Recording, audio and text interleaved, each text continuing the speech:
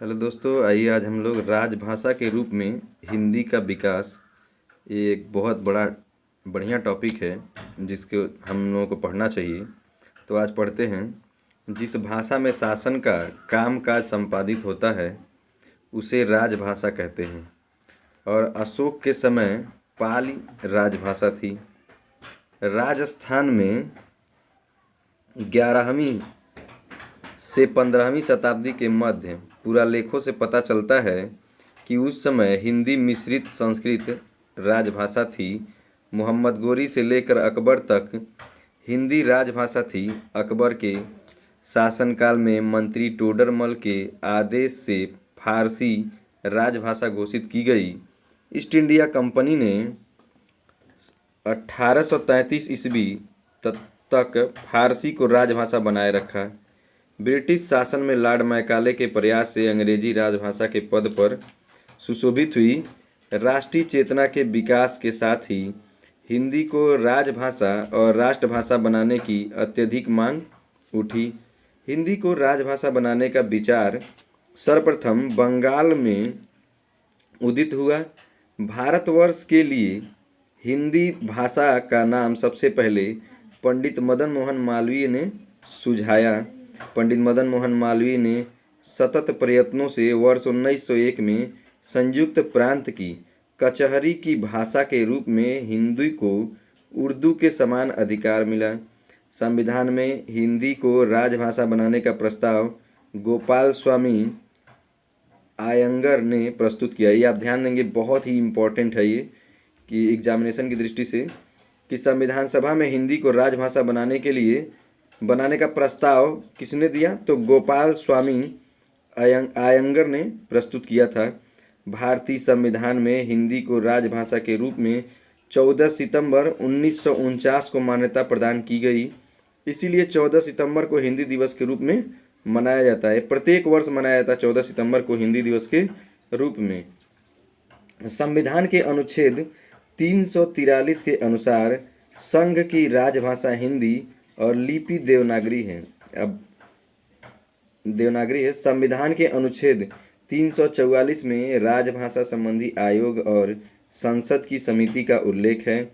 संविधान के अनुच्छेद 344 के अनुसार राष्ट्रपति ने 7 जून 1955 को राजभाषा आयोग के गठन का आदेश जारी किया था। तो आप राजभाषा आयोग के गठन का आदेश जो है 7 जून 1955 को जारी हुआ था।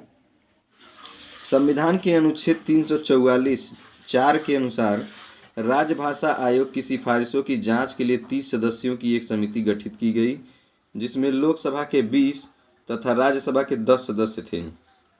राजभाषा आयोग के प्रथम अध्यक्ष बाल गंगाधर खरे थे। आयोग की प्रथम बैठक 15 जुलाई 1955 को हुई थी। उसके बाद जो है राजभाषा आयोग, संविधान का अनुच्छेद 345 राज्य में प्रयुक्त होने वाली भाषाओं में किसी एक या अनेक या हिंदी को शासकीय प्रयोजनों के लिए अंगीकृत करने से संबंधित है। संविधान के अनुच्छेद 346 के अनुसार एक राज्य तथा दूसरे राज्य के मध्य तथा राज्य व संघ के मध्य संचार की भाषा हिंदी ही होगी। ठीक है, यहाँ थोड़ा सा मिसप्रिंट हो गया, हिंदी वही होगी लिखिए, भाषा वही होगी या हिंदी होगी, एक्यूरेट तो है। मध्य संचार की भाषा वही होगी अर्थात हिंदी होगी।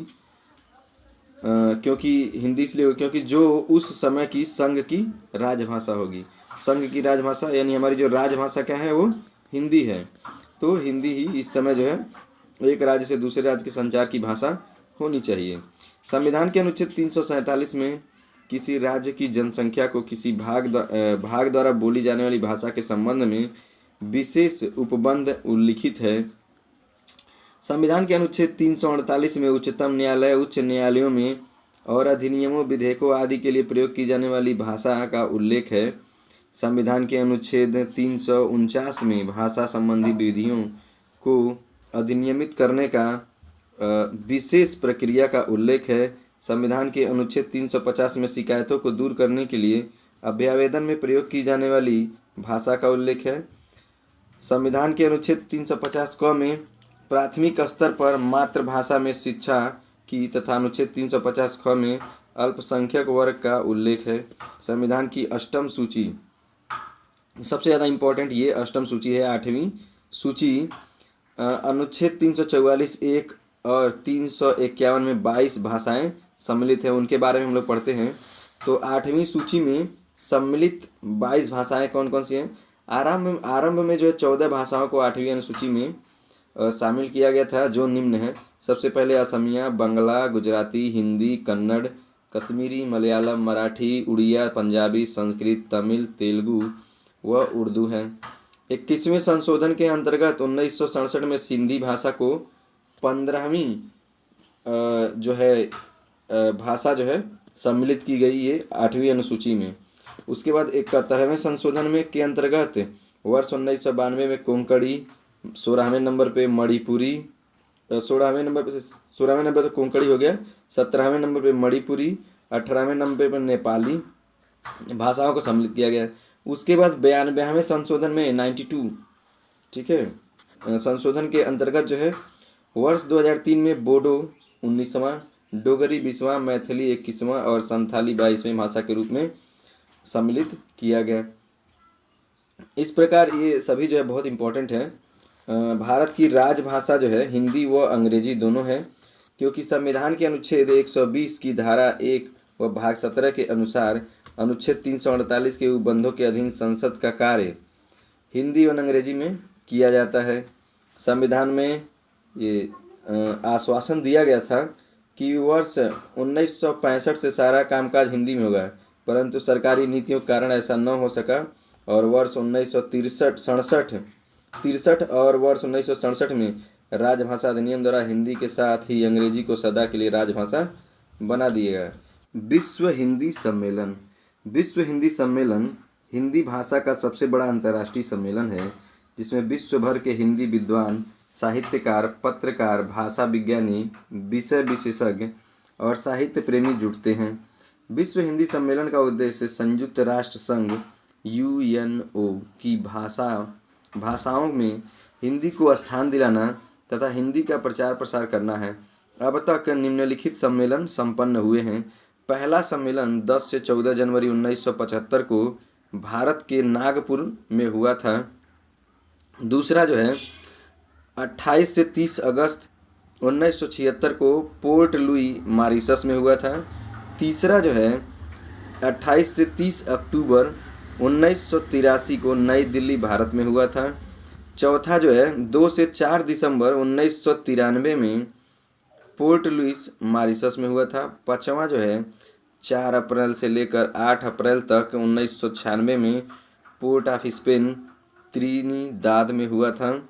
छठा जो है 14 सितंबर से 18 सितंबर 1999 लंदन ब्रिटेन में हुआ था। सातवां जो है 5 से 9 जून 2003 पारामारिबो सूरीनाम में हुआ था। आठवां जो है 13 से 15 जुलाई 2007 न्यूयॉर्क अमेरिका में हुआ था। नौवां जो है 22 से 24 सितंबर 2012 जोहान्सबर्ग दक्षिण अफ्रीका में हुआ था। 10वां 10 से 12 सितंबर 2015 भोपाल भारत में हुआ था। भोपाल मध्य प्रदेश की राजधानी है, ठीक है। 11वां जो है 18 से 20 अगस्त 2018 पोर्ट लुइस मॉरिशस में फिर हुआ था। और 12वां जो है 2021 में प्रस्तावित है देवास मध्य प्रदेश में भारत में। सबसे ज़्यादा भोजपुरी जो है मॉरिशस में बोली जाती है, ये भी आप ध्यान दीजिएगा। मॉरिशस का जिक्र जो है बार बार हो रहा है।